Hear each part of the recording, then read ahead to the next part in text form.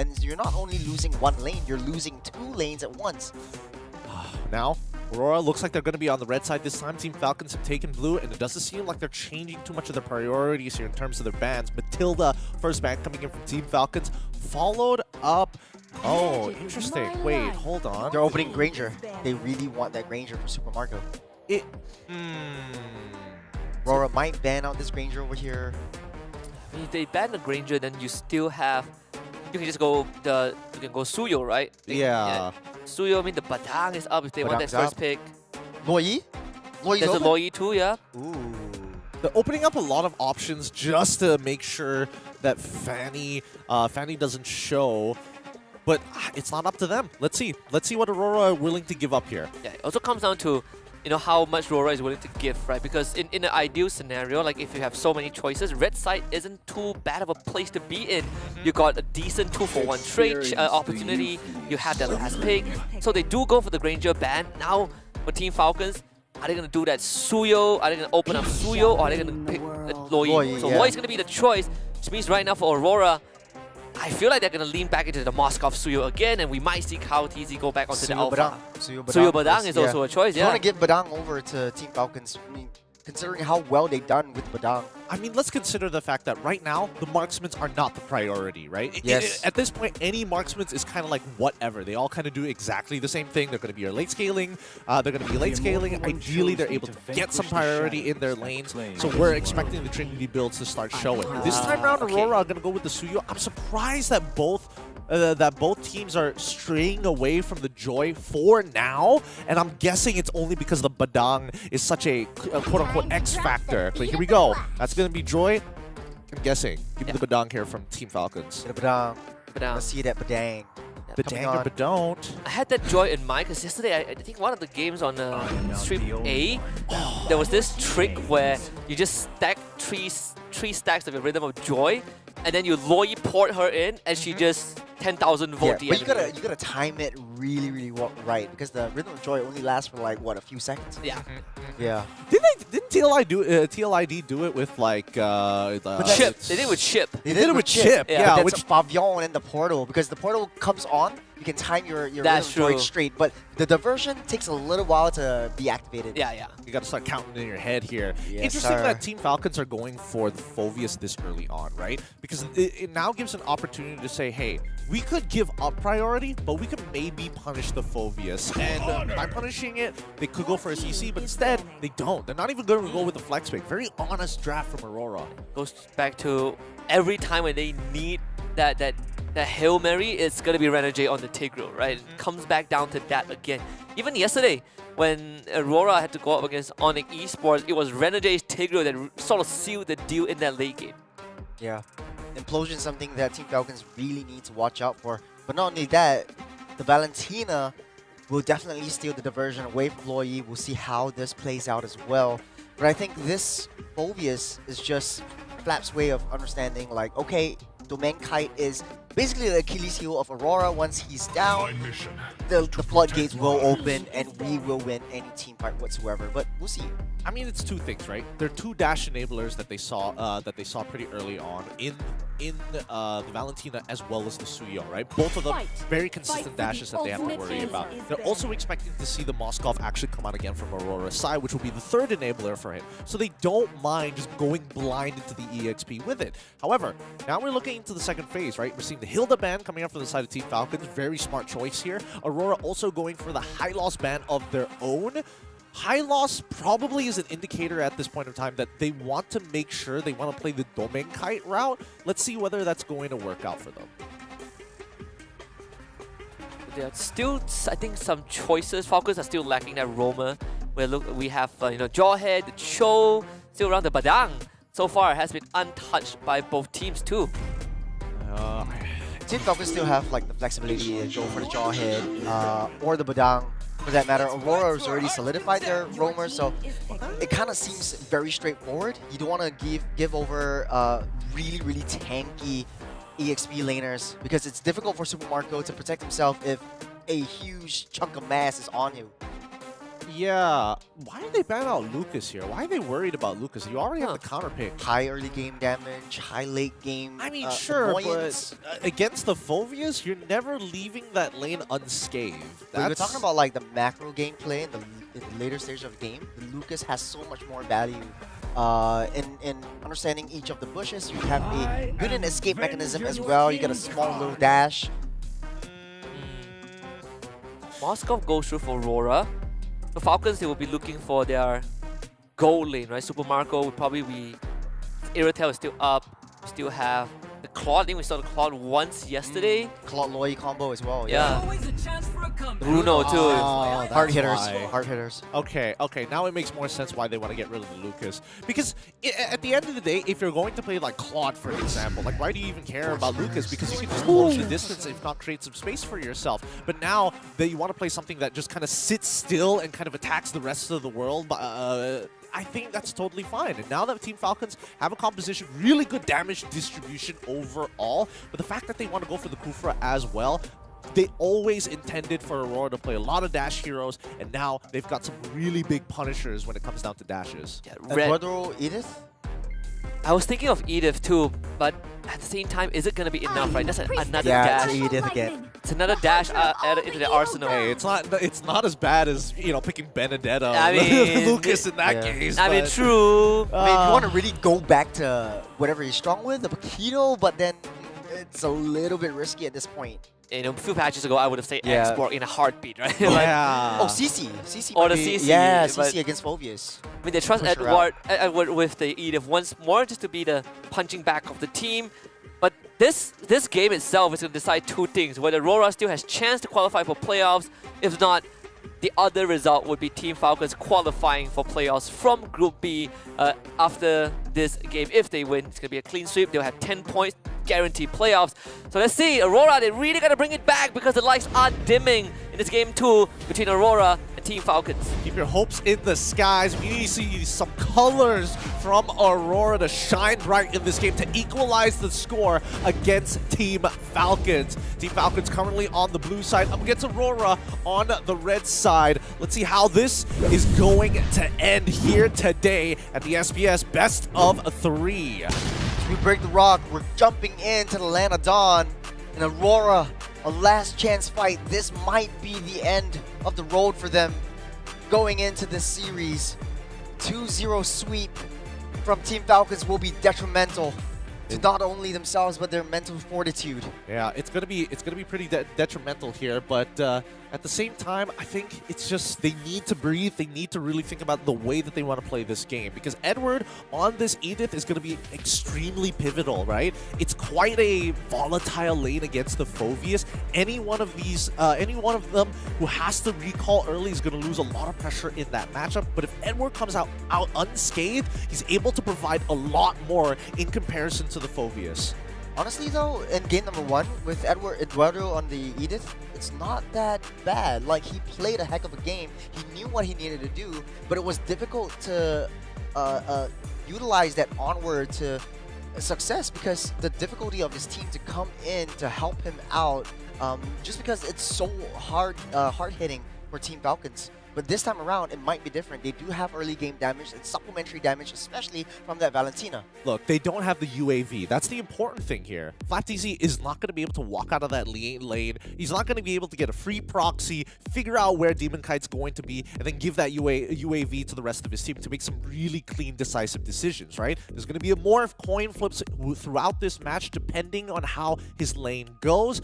However, I am curious to see where Kyle or even Demon Kite is going to prioritize their pathing, because even for Super Marco into Domeng, it's going to be Bruno versus the Moskov matchup. It's a little tough here because there is a lot of kill pressure coming in from Super Marco if Domeng makes a mistake. I have to agree with you. Early game damage from Super Marco is one of the most hard-hitting marksmen in the game, and I think it's all down to Renegade, just moving up, babysitting him, but then you lose priority in these major objectives coming in. So we're jumping back into the game. Kyle TZ starting off on the blue. Both jugglers are actually starting off the purple side. we'll see where that takes us. Yep, they're going to be ending up on opposite sides of the map. I'm curious to see whether or not it's going to be a full topside clear for Kyle. No, we'll head straight on over to his orange buff. He wants to end up by EXP, but as you can see that even for Aurora, we see that it's a full purple side clear for him. Sorry, purple buff clear into the orange buff on that top side. I want to see where Ogwin is going to go, right? Because I think that Ogwin at this point of time, yes, after he uses his concussive blast on that wave, the question is, does he want to go for like a cheese gank here? Does he want to be able to kind of influence the side lanes if somebody overextends? A little bit of poking action from Aurora, but they need this to be able to clear fast, rotate fast around the map, support that side lanes if they need to get Edward that chance to start that rotation. But hold on a second, Ogwin caught in the midst of it, chased by 3, but able to run out just in the nick of time before the arrow finishes his life. Yep. Just making sure both junglers on the same jungle path right now. You go for the instant invade after that top side clear, bottom side clear, just to hit that level 4 on time. Now that they have it, where's the next fight going to occur? Because, again, it doesn't look like any of the laners, they're just giving up pressure whenever they know their jungler is going to be on that side of the map. You can see that clearly that Super Marco, he is backing up knowing that Demon Kite's going to end up on that top side. Same goes for Edward, knowing that Joy is going to be on the bottom side of the map. Team Falcons has to play it a little bit more safer right before Few gets the diversion, and then we'll see a little bit more action all across the cross map. But Aurora ramping up that tempo, especially holding on to that Valentina. Good early game damage, good early game CCs in the form of that Terrify. The Lord's already started, the Turtles already started up, getting that reset, and Aurora playing it safe. Yeah, I think both teams are going to have to play it a little safe here, right? Yue is going to steal the diversion, all right? Interesting choice of ult, because now it's about where can they find the off angle, and here comes the first diversion. Ooh, Top he actually side. went on the cross map. Aurora doesn't know this, but it's only Kyle TZ. Ooh. Yes, it's a great fake, but they've already reconfirmed it as Demon Kite ends up going up there. Really good homework coming in from Falcons, right? Very smart move coming in, because knowing a Joy, they know they won't contest for this one, but at a saving grace, Demon Kite actually snipes away that Beetle away. Just a little bit of an EXP, but Ogwin still trying to pull and dance around this turtle along with Renegade. He gets a refund on that package for sure. Refund indeed. Now, this turtle, not going to be contested by either side. They really don't want to be the first one sitting on top of it. And it's great understanding from how their compositions want to work. And Kyle is just man-to-man defense against Demon Kite, right? Wherever he is, he wants to also be there. Huge flicker play coming in. SOD already hit Ogwin and Spot of Bother, no flicker. Tyrant's Rage won't miss. Ogwin first to fall by Domain Kite. Beautiful stuff. Beautiful stuff. We're going to get one more. Double. Stunned up. Flap Teasy jumping around, but won't be too long before Demon Kite takes him down as well. Next, the set of sights up on that turtle. Oh, what a difference maker here. Coming in for the SOD. Initially, I thought, I'm not going to lie, Ogwin, it looked like he had a good setup, but Yue was able to dodge the rage, and that opened up a whole new possibilities for Aurora. Now that they have a clear lead on their side, let's see how they're going to use the priority. If not, are they just going to smother it against Team Falcons? Very, very smart read by Renegade, but right now, no flicker. What's the play? Waiting for the implosion to occur. And this is a good trade-off. Right now, Aurora has the upper hand. First time in 2 games. Okay, the jump up onto Renegade. Nowhere to run, nowhere to hide. No flicker, nowhere to escape. Kyle TZ takes him down, and the bottom side. Meanwhile, Flap TZ all alone eventually will fall by the hands of Demon Kite again. Demon Kite having a good first game, and this time around 2-0-1. Great stuff coming in from Renegade, right? Reaffirms the positions of Team Falcons on that top side, but also tells Domain Kite, hey, if I die, you need to start playing safe here. Focus on clearing those waves, and reinforcements will make their way after we take out the Phobias, and that's exactly what they do. Team Falcons are super desperate in trying to live rent-free in Aurora's jungle, just like they did in game number 1. But it's so hard right now because Edward and Renegade are constantly rotating around that map. And we talked about this in the pregame. Right now, Domain Kite is Spot of Bother because in a lane-to-lane matchup, he's not going to fare himself well against the Bruno. But right now, we see that Renegade and Edward, they know what they need to do. Domain Kite, trusting him to make the right calls, the right decisions, and play passively in that goal lane. Yeah, I mean, I'm looking at the item builds, and both EXP laners understand that it's not about the game of damage anymore. Edward, he goes for first item dominance ice to make sure that Flapteezy has no real way of killing him. Flapteezy, he's already building towards a Radiant armor, if not at the very minimum an Athena shield. We'll see which one he opts to go for at the very end here. It looks like a Thunderbelt first, right? Might have been. Yeah, we'll see. Look, he needs to get the belt. Once we see that belt, then we know it's going to be a confirmed. But for now, they're going to take their time. We'll see, because the next turtle is coming out real soon here. Here, Flapteezy trying to zone out Renegade away from that turtle. They desperately need this. Slapped on Tyrant's Rage onto Demon Kite, able to dash away just for now. Renegade come in with a re-engage, but not for long before he falls by the hands of Kyle Teasy yet again. And Flapteezy just waiting for it. Edward misses the onward though. Super Marco wants to go for more. The diversion play already set up. Just to get back in the lane. Try to get that lane swap down in T1. It's all broken down. Yep.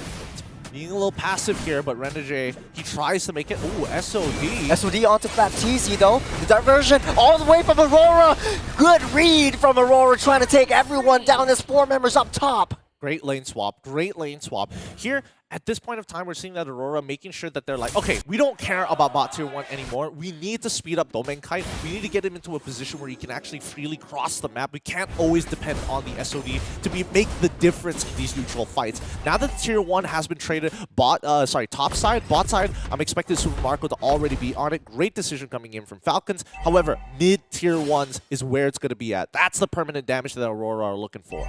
6-minute mark, seeping into 7 minutes. You've got Flapteezy 0-3-1, but right now it's changed a little bit. Rotations are more in a protective front. Super Marco slowly and surely building up that damage. He's got his 2 core items with the House Claws and the Berserker's Fury. You've got the diversion play. You need to maximize Super Marco's farm. Keep him safe for now before fighting on. Knowing your power specs is important.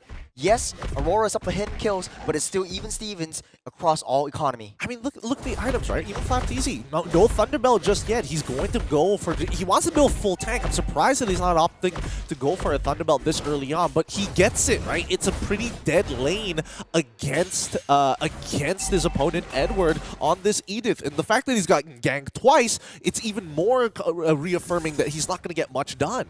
Look, it's cross-map plays from both teams right now. A tit for tat, turret per turret. Right now, Aurora looking like they want to go for all these team fights. They're up ahead. They need to maximize this momentum they got. Renegade though, Implosion onto Kyle Teasy, wants to push them in. Ogwin next to fall though, pushed up, knocked up, stunned up, nothing he can do, but Flapteezy comes in from the back line. Super Marco just taking it one by one. These balls are starting to hurt. 3 members down for Aurora, a trade onto Ogwin and Flapteezy, but they're going for more. Fuse wide open, Yue taking him out. Demon Kite seals the deal as Super Marco a little bit too hard to catch right now. Yue taking a little bit too much damage, just Kyle Teasy and Super Marco 2 for 2.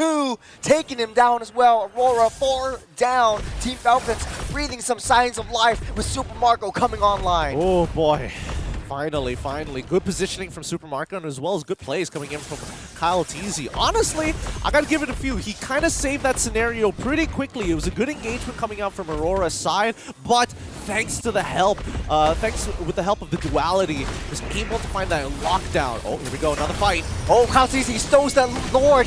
So we're going on to the back line. A lot of damage onto Team Falcons.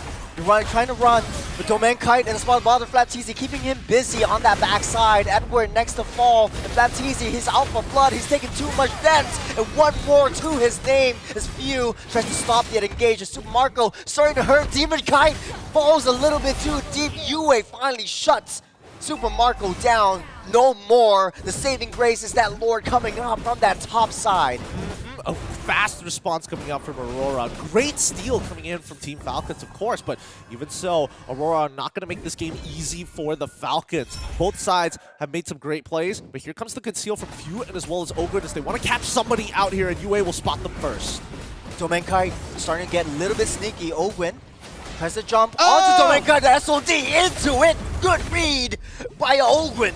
He should have waited. He should have waited. He had no idea that Ogwin was already inside that bush, despite Yue actually spotting both out. A bad choice here. However, this has bought plenty of time. Kyle Teasy still alive, barely making out. How does he do it? Few falls to the hands of Demon Kite. But Team Falcons, though, risky play. mean, risky or not, Team Falcons, they've already gotten all the outer turrets. At this point, top side is just free econ, right? Huge wave coming in from bot side, untouched by Aurora. Despite having more kills, Team Falcons are getting some great economy off of that Lord Steal. Super Marco, man. This guy is a madman. He's coming on hot. He's online. Aurora has to find a way to shut him down, and Renegade needs to make high IQ plays yet again. Go for that backline. Go for Super Marco, and not just taking away Kaltizi. Not when he's... We talked about his aggression. He's coming in hot, taking in implosions on the Kaltizi, but his team is just so far behind. I think he can't right now, mainly because of that Purify. He's targeting one or the other. Ideally, he wants to get both backliners, but with the Purifies, it's becoming a more difficult job to actually get things done. Looking at the item build, EXP laner is going full tank, and it looks like a Starlium Scythe is currently on its way for the side of Edward. In terms of the junglers here, 3 items each ready to go. They will hurt in these upcoming bouts. I think the main difference maker we're going to see is really that Super Marco Trinity build. So what? I am already done with the winds of nature. So good luck in a 1v1. We've seen this before. Yo, Renegade is already in the back line.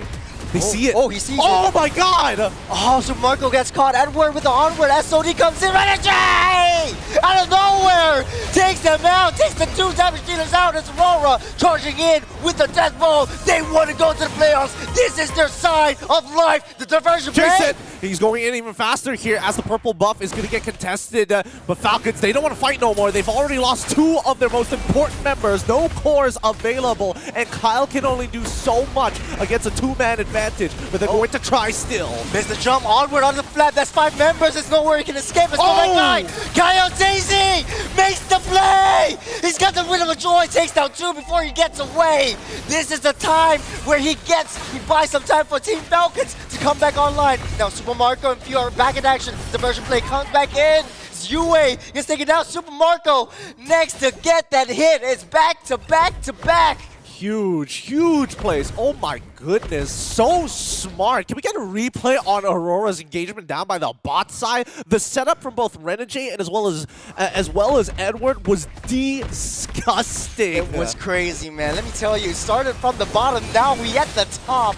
The onward again, but Kyle Teasy, bro, no one saw him coming until he was there. The damage is starting to show, and they won't let Kyle Teasy run away, but they didn't see the diversion play. You got Few and Super Marco coming online. It's open, tanking a lot more until they come back in. It's Aurora taking down this Lord. No contest for Team Falcons just because Kyle Teasy failed. Oh, look, Team Falcons, they've got some really insane foresight of the game, right? They're looking, even in death, they're looking ahead of time. They're making sure that if we drag this fight out and we're able to get some really important picks, we will be able to reinforce you with the help of the diversion to close that distance fast. And honestly, I'm with Aurora. I was expecting Kaltizi to kind of walk away from this scenario here. Aurora fighting for their tournament lives, just holding on to that last breath. And this is how they play. They're making that finds, but it's not enough. They need a little bit more time before Domenkite is able to find a way to come into these team fights and not get caught. Oh, they're going to open up the map, though. Going to check that top side, the top bush, knowing that Kyle is going to be by himself. He's not going to participate in this upcoming fight here. Not just yet. He's got to play coming in. Got an implosion onto 2. The Purify out the way, but Aurora taking a little bit too much damage underneath the turret. Domenkite, he's just free hitting. Aurora takes down 3. They're going for more. The Lord's still alive. There's still a chance. There's still a hope. Mid lane turret minions are pushing in. They're going to crack open the mid inhibitor at this point. Oh, how easy. A little bit too close, too deep. But they get caught. Aurora, they're taking 1 game off of Team Falcons. It's done for. It's done for. The crystal's broken. They found everything. Traded battle spells, all telegraphed. What a game coming in from Aurora. A shocking performance here as they kept it clean all the way through.